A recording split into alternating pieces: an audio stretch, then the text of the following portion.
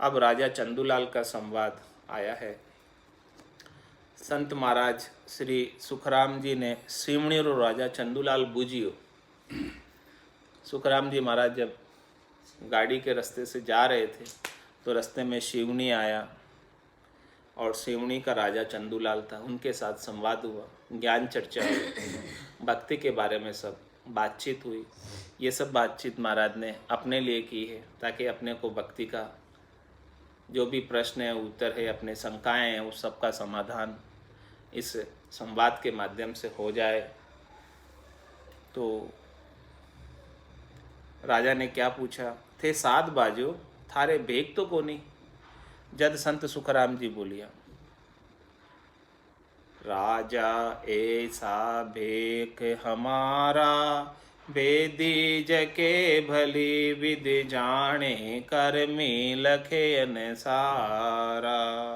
राजा ऐसा भेष हमारा, वेदी जके भली विधि जाने, कर्मी लखे सारा।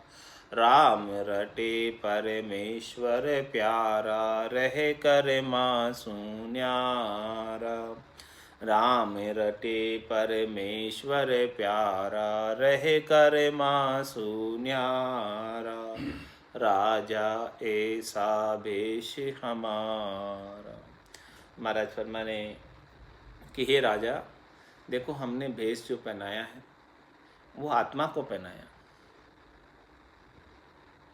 हमारे गट के भीतर का भेग, शरीर के ऊपर तो कैसे भी कपड़े रंगा कर पहन लो, उसका इतना महत्व नहीं है। महत्व आत्मा को भेग पहनाने का। जो भेदी जन है वही हमारे भेग को जान सकते हैं।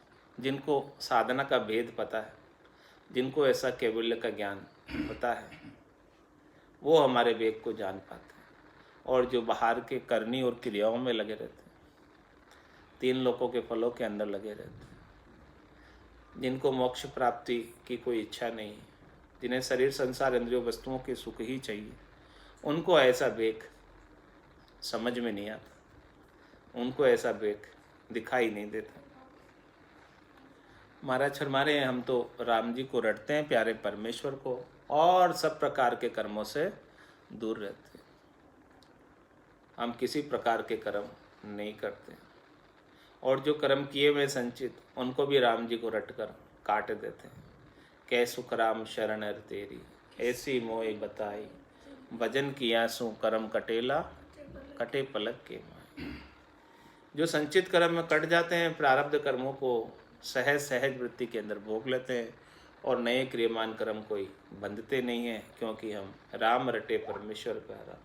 हम राम जी को, प्यारे परमेश्वर को हम रटते रहते, तो फिर वो रटते रटते हमको जो है नए क्रियमान कर्म बांधने का अवसर ही प्राप्त नहीं होता। कफनी हमें क्षमा की पहरी, ज्ञान गुदड़ी ओड़ी, छोड़ो अजब दया को गढ़ में, कुबुद कामिनी छोड़ी। महाराज ने, मैंने क्षमा की कफनी पहन रखी है और ज्ञान रूपी गोदड़ी ओढ़ रखी है। दया का अजब चोला मेरे गले में है, और कुबुद्धि रूपी कामनियों को मैंने छोड़ दिया। अब हमारी बुद्धि के अंदर शरीर संसार का कोई महत्व नहीं रहे। हमारी बुद्धि के अंदर महत्व परमात्मा पद की प्राप्ति का है। जो कुबुद्धि थी पहले, वो सब कुबुद्धि को हमने छोड़ दिया, और हम जो है शरीर संसार के अंदर जो भी हमसे द्वेष करते, या जो हमको नुकसान पहुंचाते, या जो हमको कटु वचन कह देते, अपशब्द भी कह देते, या हमारा अपकार कर देते, उनको भी हम क्षमा कर देते। ऐसी क्षमा की कफनी हमने पहन रखी है।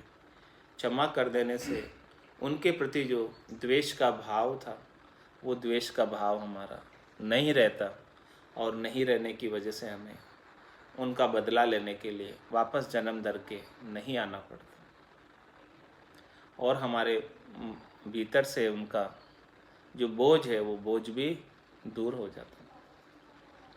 और ज्ञान गूदड़ी ओढ़ी, ज्ञान की ऐसी गूदड़ी हमने ओढ़ रखी है कि जिससे हमको इस कर्मों की ठंड नहीं लगती, इन कर्मों का दुख नहीं होता।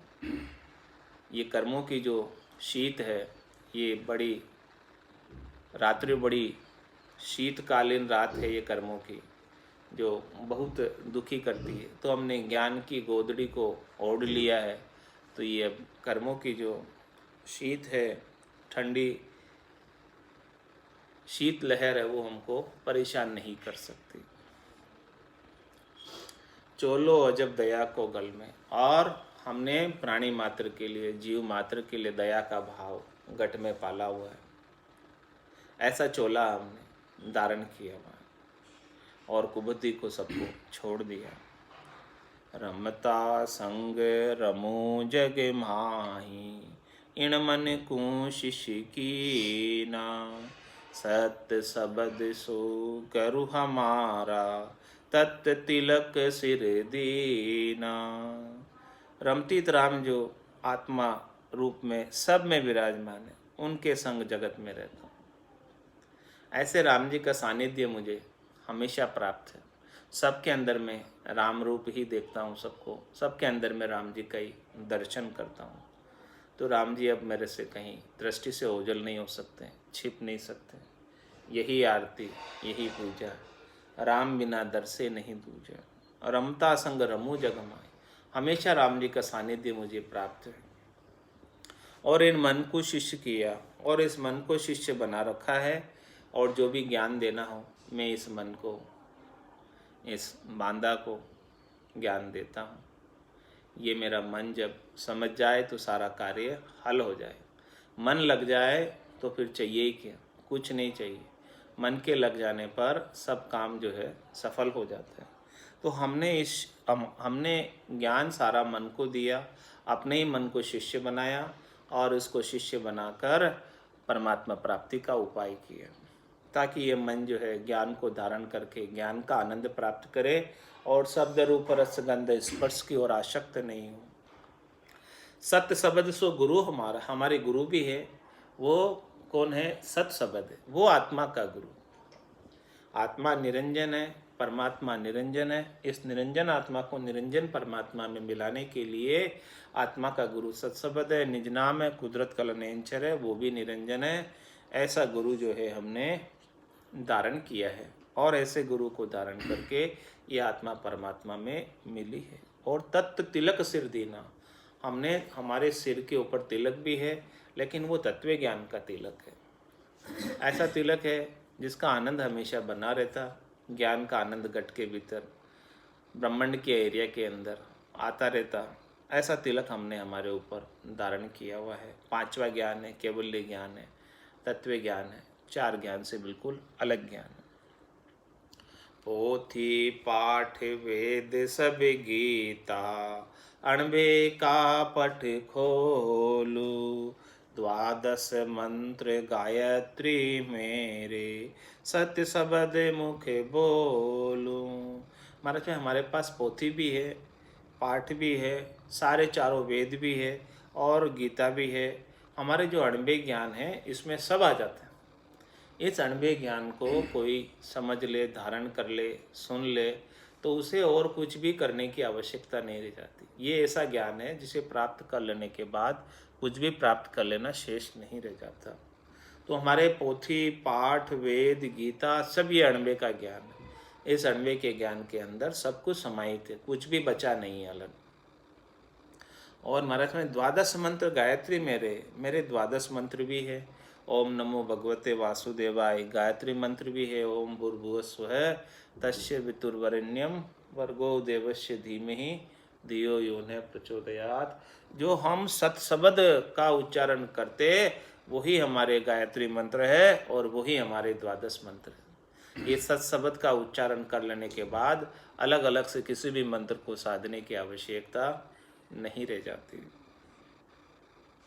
मुद्रा कंठी पावड़ी अलफी, भेद ज्ञान की पहेरी, सांस उसास अजपो गट में, निर्गुण माला फेरी। महाराज फरमाए हमारे पास माला भी है, लेकिन वो माला कौन सी है? निर्गुण की माला है। सांस और सांस के अंदर गोल माला गट में फिरती रहती है। वो अजप्पा जो ऑटोमेटिक हो रहा है, वो गोल माला ऑटोमेटिक है, बाहर की माला नहीं है। हमारे गट के भीतर माला है, गोल माला फिरती है। और हमारे देखो मुद्रा, कंठी, पावड़ी, अल्फी, भेद ज्ञान की, हमने ज्ञान का ऐसा भेद ले लिया कि जिसके अंदर सभी प्रकार की मुद्राएं स्वतः ही सज जाती। खेचरी मुद्रा, बूचरी मुद्रा, चाचरी मुद्रा, अगोचर मुद्रा, उन्मुनी मुद्रा, सगोचर मुद्रा, ये सब सज जाती। और कंठी, पावड़ी, अल्फी, ये सब ज्ञान का भेद धारण करने से ये सब हमारे गट के भीतर सब चीज़ें स्वतः ही बरतने लगती है। इनका सब चीज़ों का गुण जो है हमारे गट में स्वतः ही बरतने लगता है। धीरज धरण लंगोटी चरणा, आड़ बंद मत मेरी, आहा देह बीण तात सब नाड़ी, रागान हद गेरी। महाराज में धीरज धरण लंगोटी झरना, पृथ्वी के समान धीरज धारण कर रखा और सहनशीलता की लंगोटी लगा रखी। वो सब किसके माध्यम से प्राप्त हुई? ज्ञान के भेद से, निज नाम से, सतनाम से, कुदरत कला से, नेचर से, सहनशीलता, धैर्यता, सब उस। और आड़ बंद मत मेरी, हमारी मति जो है उसके अंदर दूसरा कोई चीज़ अब बैठता ही नहीं है। ऐसी आड़ बंद लग गई उसके कि सत्शब्द के ज्ञान के सिवाय मेरी बुद्धि दूसरी तरफ कहीं जाती ही नहीं है। ऐसी आड़ बंद हमारी मति के अंदर लगा हुआ। ऐसा आड़ा बंद लग गया, आड़ बंद यानी आड़ा कपाट जड़ दिया कि इसके सिवाय दूसरा अब कोई ज्ञान सुहाता ही नहीं। अब कोई बोलता भी है विचारों के द्वारा ज्ञान, कथा भी है कोई ज्ञान, और हम उसको सुनने भी जावे तो वो सुहाता नहीं है, सब वो अच्छा नहीं लगता। ऐसी हमारी मति हो गई, ऐसे हमारी बुद्धि के ऊपर ऐसा विवेक जागृत हो गया कि हम समझते हैं कि ये तो सब छाछ छाछ बोल रहे हैं और हम तो मक्खन घी का आनंद ले रहे हैं, तो अब छाछ को कहाँ पिएंगे। धीरज धरण लंगोटी झरना, आड़ बंद मत मेरी, आधे बीण तात सब नाड़ी, रागान हद गेरी। मेरा पूरा शरीर बीणा बन गया और इसकी सारी नाड़ियाँ इस सब बीणा के तार हो गए। और इसमें बिना ही किए कई तरह की अनंत की रागे की आवाज़ें हो रही, नाद नाद, जिंग, सोहंग और अगम की, एक के बाद एक रागे सब खुलती जा रही है। 900 ही नाड़ियों के अंदर मंगल गान हो रहा है और ये अंदर जो है भंवरा बहुत आनंदित हो रहा है इस मंगल गान से। गगन मंडल में मंडी हमारी, त्रिकुटी सेवा पूजा, सत्य का शब्द ज्योति के आगे, और देव नहीं दूजा। ब्रह्मांड के ऊपर केवल्य पद में सत्शब्द का अनुभव हमको गगन मंडल के अंदर हो रहा है। ऐसी मंडी यानी हमारा महास्थान है, आसन हमारा गगन मंडल में। रहूं जगत के माई, मेरे को मेरा जन जाने, ओरा को गम नाई। इस प्रकार से ब्रह्मांड के ऊपर जो है गगन मंडल के अंदर हमारा ध्यान लगा रहता है, सत्शब्द के अंदर सुरता लगी रहती है, वो आनंद प्राप्त करती रहती है। और त्रिकुटी में कई प्रकार की ध्वनियाँ, मुरली बीन बजे सुरनाई, शंखरी गोर गगन गर छाई, अनहद झालर का झणकारा, रोम रोम बोले ररंकारा। ये सब सेवा पूजा हमारी हो रही है, त्रिकुटी के अंदर हो रही है। अनहद की झालरें बाज रही है, शंख की ध्वनि हो रही है, मुरली की ध्वनि हो रही है, शहनाई की ध्वनि हो रही है, सब प्रकार की ध्वनि इस त्रिकुटी के अंदर हो रही है। तो त्रिकुटी में सब प्रकार की सेवा पूजा हमारी हो गई।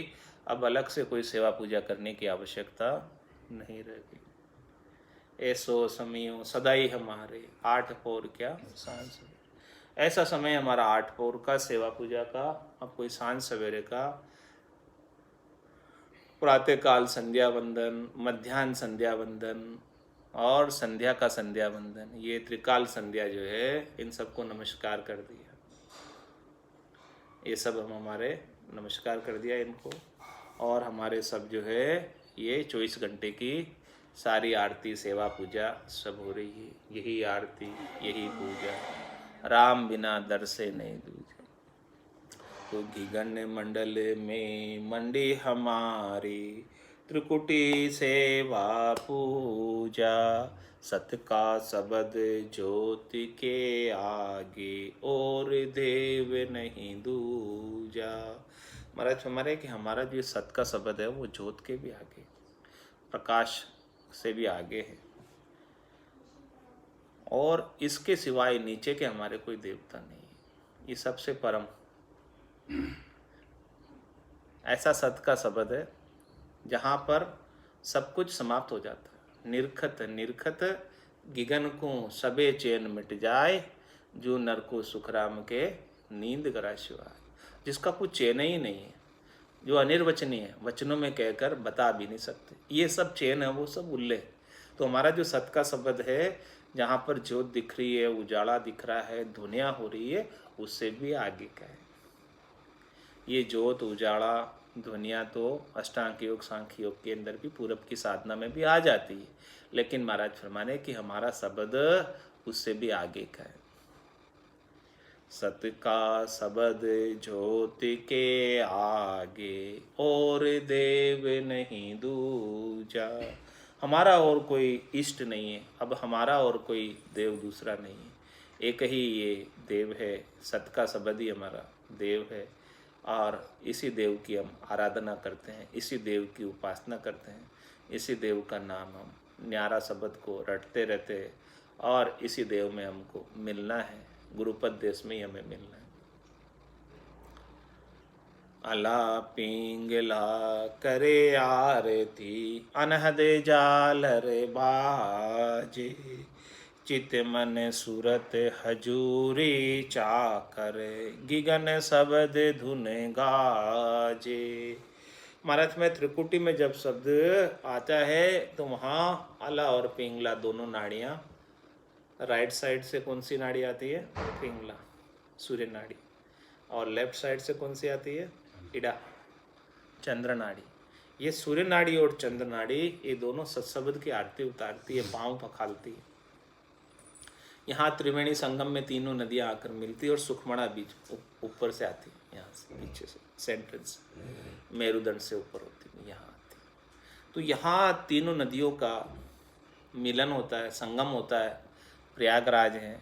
तो अला पिंगला करे आरती, ऐसे सत्शब्द की ये आरती करती है, उनको पखालती है, उनके चरण पक्षालन करती है, और अनंत की जालरे बसती है त्रिकुटी के अंदर।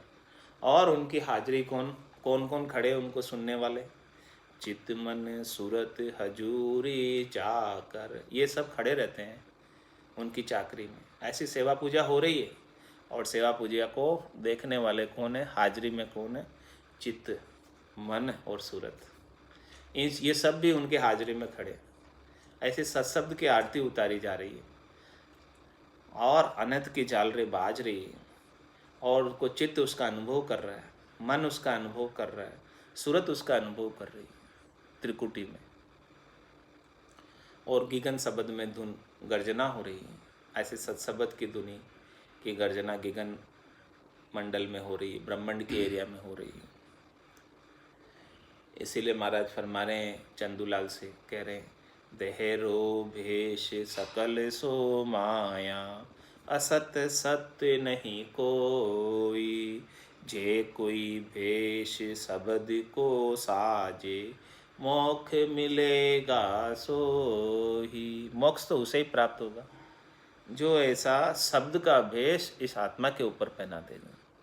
बाकी शरीर का भेष तो कैसा भी कपड़े रंगा कर पहन लो, उससे कुछ फर्क नहीं पड़ने वाला। चाहे गेरबे पहन लो, चाहे हरे पहन लो, चाहे गुलाबी पहन लो, चाहे भगवा पहन लो, कैसे भी वस्त्र पहन लो, वो सब माया है, उनसे कुछ काम होने वाला नहीं। जब तक कि आत्मा जो है ऐसा सत्शब्द का वेश धारण करके इन चारों वेशों से अलग नहीं हो जाए, स्थूल शरीर की आसक्ति से, सूक्ष्म शरीर की आसक्ति से, कारण शरीर की आसक्ति से, महाकारण शरीर की आसक्ति से, इन सब शरीरों से वो अलग नहीं हो जावे, और ये सत्वस्त्र धारण नहीं कर ले सत्सबद का, और सज्जल से स्नान नहीं कर ले त्रिकुटी में ईड़ा पिंगला चुचमणा के संगम में प्रयागराज में, अब त्रिवेणी नाई के किया गिगन प्रवेश, इस प्रकार से गिगन मंडल में प्रवेश नहीं कर जावे तो महाराज फरमाने तब तक तो उसे मोक्ष नहीं मिलता है। मोक्ष तभी मिलता है जब ऐसा कुछ वेग धारण करता है। देहरो भेष सकल सो माया, असत्य सत्य नहीं कोई, इसमें सत्य बिल्कुल भी नहीं। देह का वेश धारण करना केवल शरीर को बैरागी बना लेने से काम होने वाला नहीं है। शरीर तो ग्रस्त का ही है और ग्रस्त का ही रहेगा। आत्मा को बैरागी बनाओ, मन बैरागी माया त्यागी, शब्द में सुरत समाई, कहत कबीर सुनो भई साधु, ये गम बिरले पाई। मन को बैरागी बनाओ, आत्मा को बैरागी बनाओ, तब जाके काम होने वाला, इसके बिना तो काम होने वाला नहीं। देहरो भेष सकल सो माया, असत्य सत्य नहीं कोई, जे कोई भेष सक सबद को साजे, मोक्ष मिलेगा सोही। कह सुख राम भेषियो मेरो, जे कोई संत बसावे, तीनों ताप तोड़ कर हंसो, अमर लोक में जावे। मतलब इस सत्शब्द का भेष, निज नाम कुदरत कला नेंचर का भेष इस आत्मा के ऊपर कोई बसा ले, धारण कर ले ऐसे ज्ञान को, और उसका गटपटचू का आनंद प्राप्त कर ले, पूरब के 6 कवल और पश्चिम के 6 कवलों का छेदन कर ले, तो उसके त्रिविध ताप मिट जाते हैं। शरीर के ताप, मन के ताप, आत्मा के ताप, सब प्रकार के ताप मिट जाते हैं, और सब प्रकार के तापों को मिटाकर अमर लोक की प्राप्ति कर लेता है। जब वापस वहाँ से वापस दे धर के आने की आवश्यकता नहीं, वहाँ से वापस दे धर के नहीं आता तो शरीर के ताप वैसे ही मिट गए और मन का संग छूटे ही जाता है। नौतत लिंग शरीर वहाँ पर पहुँच नहीं पाता। अमरलोक में जब आत्मा 10वें द्वार को लांघ कर चली जाती तो नौतत लिंग शरीर तो नीचे रह जाता, और ये स्थूल शरीर भी नीचे रह जाता है, सूक्ष्म शरीर भी नीचे रह जाता है, कारण शरीर भी नीचे रह जाता है, महाकारण शरीर भी नीचे, सब कुछ नीचे रह जाता है। केवल वो आत्मा अपने निरंजन निराकार पद में चली जाती है, तब फिर वहाँ कोई प्रकार का ताप नहीं रह जाता, और वापस देह धर कर आती नहीं है, तो देह के साथ जो सुख दुख लगे हुए हैं वो सुख दुख भी उसे नहीं भोगने पड़ते हैं, और मन के एरिया से तो वैसे ही अलग हो जाता है जीते जी। तो मन का कंपैरिजन करना भी, मन के जो ताप हैं वो भी सब मिट जाते हैं, और इस आत्मा वापस जन्म मरण में नहीं आती है। तो आत्मा को भी 84 लाख जिम्माजून में कितने प्रकार के कष्ट भोगने पड़ते हैं, गर्भवास के कष्ट भोगने पड़ते हैं, तो वो भी उसका जो है दुख समाप्त हो जाता है। तो कै सुखराम भेषियो मेरो, जे कोई संत बसावे, जे कोई साधना करने वाला जन, जे कोई भक्ति करने वाला जन ऐसा भेष को बसा ले, ऐसे भेष को धारण कर ले, तो उसके तीनों ताप मिट जाते हैं। अधिदेव, अधिभूत और अध्यात्म, इन तीनों तापों को तोड़कर अमरलोक की प्राप्ति कर लेती है सदैव सदैव के लिए। तो ऐसी बात सुनकर राजा चंदूलाल ने क्या कहा? राजा उवाच में, तुम भाकी गट भेद की आ नहीं वेद के माय, परगट छाण मोसु कहो अमर लोक जे जाय। आपने तो ये सारा घट का बात बताया, घट पर्चा बताया, मैंने तो सारे इतने वेदों का अध्ययन किया, सारे वेदों को मैं समझा, पढ़ा और सुना, लेकिन ऐसी बात तो वेदों में कहीं मिली नहीं मुझे। सब वेदों का खोजा, चारों वेद खोजे, साम वेद, यजुर्वेद, अर्थवेद, ऋग्वेद, सब वेद देख लिए हमने, 6 शास्त्र देख लिए, 9 व्याकरण देख लिए, 18 पुराण देख लिए, कहीं नहीं मिला ऐसी बात जो आपने बताई है। ऐसी बात देह के भेष की तो बात सब मिलती है उसमें, लेकिन ये आत्मा के भेद की बात, गटपटचों की बात तो उसमें कहीं लिखी हुई नहीं है। तो अब आप मुझे प्रकट छाण मोसू को अमरलोक दे जाए, अमरलोक कैसे जाते हैं, अब ये बात को मुझे आपने मेरे को ऐसा अद्भुत वेग बताया आत्मा का, अमरलोक में जाने की बात बताई, तो अब इसको मेरे को प्रैक्टिकल विधि बताओ इसकी कि कैसे अमरलोक में पहुंचा जाता है। बार बार विनती करूं सांभल जो गुरुदेव, परम धाम की में जावसी जके बताओ भेव।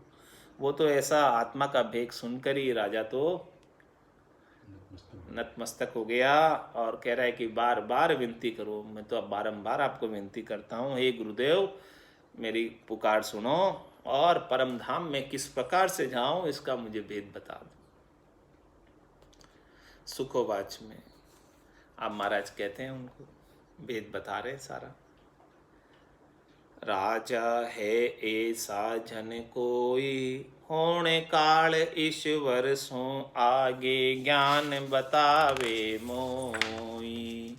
जे कोई ज्ञान त्याग ले घावे तिके काल मुख माही। वहाँ की संगत परम मुख नाही हंसो किस विद जाई। महाराज पूछ रहे राजा से, हे राजा आपके ध्यान में ऐसा कोई जन है जो आपको कभी मिला हो और आपको कभी ज्ञान दिया हो, जो होणकाल ईश्वर से आगे की बात करता है, यानी सृष्टिकर्ता परमात्मा के ब्रह्म के पद के आगे की बात करता है। सभी जितने भी जन मिलते हैं वो माया और ब्रह्म तक की बात करते हैं, माया और ब्रह्म से आगे की कोई बात करता नहीं। तो यदि कोई आगे का ज्ञान बताने वाला मिला हो तो मुझे बताओ। और कोई जो है ऐसी बात बताता है जो कोई ज्ञान त्याग लेगा, कोई ज्ञान ऐसा बताता है कि भाई जो है आप, हे राजा आप सारा त्याग कर दो, इस शहर को, ये राजपथ छोड़ के और वन में आ जाओ। आप सब जो है ये राजसी ठाट बाट छोड़ के आ जाओ तो हम आपको मोक्ष करा देंगे। ऐसा कोई बताता है बात तो महाराज फरमा रहे हैं तिके काल मुख में आई, वो भी काल के मुख में ही है। आप ऐसे व्यर्थ में राजपाट छोड़ नहीं देना, क्योंकि वो भी काल के मुख में है, वो काल से बारे नहीं हुआ। वो छोड़ गया, राजपाट छोड़ के जंगल चला गया, तो क्या जंगल में माया नहीं है? तो जे कोई ज्ञान त्याग ले घावे तिके काल मुख माही। वाकी संगत परम मुख नाही हंसो किस विद जाई। अरे भाई उनकी संगत, उनकी खुद की परम मोक्ष की प्राप्ति नहीं है, तो उनकी संगत करने से कैसे आप परम मोक्ष में चले जाओ। जैसे राजा भरतरी उज्जैन नगरी के राजा थे, वो कितना त्याग करके गए, उनको गुरु गोरखनाथ मिले। अरे भाई गोरखनाथ जी की स्वयं की संगत परम मोक्ष की नहीं है, वो अष्टांग योग के माध्यम से इस देही को महाप्रलय तक रख सकते थे। तो फिर राजा भरतरे की मोक्ष कैसे हो जाएगी? जे कोई ज्ञान त्याग ले घावे तिके काल मुख माही। वाकी संगत परम मुख नाही हंसो किस विद जाई। कैसे जाएगा उसका शिष्य, कैसे जाएगा जब वो स्वयं ही नहीं जाएगा? तो जे कोई ज्ञान बतावे करता पैदा करंता भाई। ओ सब ज्ञान काल का मुख में न्याव करो ओ आई। जो कोई सृष्टि की रचना करने वालों का ज्ञान बताते हैं, सृष्टिकर्ता परमात्मा तक का ज्ञान बताते हैं, जहाँ से आत्मा पहले आई है तो वहाँ जाकर तो फिर आएगी, जब पहले आई है तो फिर क्यों नहीं आएगी। हे राजा यह सब ज्ञान जो है काल के मुख में है, इसका तुम ही न्याय करो। देखो तुम क्रिया कला जप तप साधन ऊंची मुद्रा गावे। पेलो चहे काल का मुख में परम मोख नहीं जावे। कोई भी क्रिया करो, कोई भी करनी करो, कोई भी जप करो, कोई भी तप करो, किसी भी प्रकार का साधन करो, कोई कुंची की साधना करो, कोई मुद्राओं की साधना करो, मुद्राओं को साजो बोले, इन सब का पहला छड़ा, पहलो छह काल, ये तो आरंभ कर रहा है। और पूर्ण स्थिति की बात करें, इन सब साधनाओं को, करनियों को, क्रियाओं को, तपस्या को, जप को करके फाइनल स्टेज पे पहुंच जाओ, यानी पूर्ण स्थिति को प्राप्त कर लो सब साज के। तब कहाँ जाओगे? पेलो छह कालिका मुख में, परम मोख नहीं जावे। इनमें पारंगत होने के बाद भी काल के मुख से अलग नहीं हो सकते। इनमें पूर्णतया साझ लेने के बाद भी काल आपको छोड़ने वाला नहीं है। वो परम मोक्ष में नहीं जाती है पूर्ण होने के बाद। पहले बात तो पूर्ण होना ही मुश्किल है, और कोई पूर्ण भी हो गया तो भी वो काल के एरिया से बाहर नहीं हुआ इन सब क्रियाओं को करके। घनी बात थोड़ी में केहूँ, सुन ली जो नर नारी। ब्रह्म काल माया सब चारो, देखो ज्ञान विचारी। महाराज फरमाने की बात तो बहुत बड़ी है, परंतु थोड़े से शब्दों में शॉर्ट में बता देता हूँ। घनी बात थोड़ी में केहूँ, सुन ली जो नर नारी। सबके लिए कह रहे हैं कि देखो वो ब्रह्म काल है और माया सब चारों। वो जो होणकाल ब्रह्म है, सृष्टिकर्ता परमात्मा ब्रह्म है, वो स्वयं काल है, और उसकी जितनी भी माया है वो सब उसका चारा है। चारे को जैसे पशु चर जाता है, उसी प्रकार से होणकाल ब्रह्म इन सब माया को चर जाता है। जो भी उत्पत्ति होती है सब जन्म मुझी से पाते हैं, फिर लौट मुझी में आते हैं। ये होणकाल ब्रह्म। तो महाराज हमारे ये इतना सा बात समझ लो कि वो ब्रह्म काल है और माया सब चारा है उसका। वो सबको खाई जाने वाला, जिसको भी उसने पैदा किया है उसको वो खाएगा ही, निश्चित रूप से खाएगा।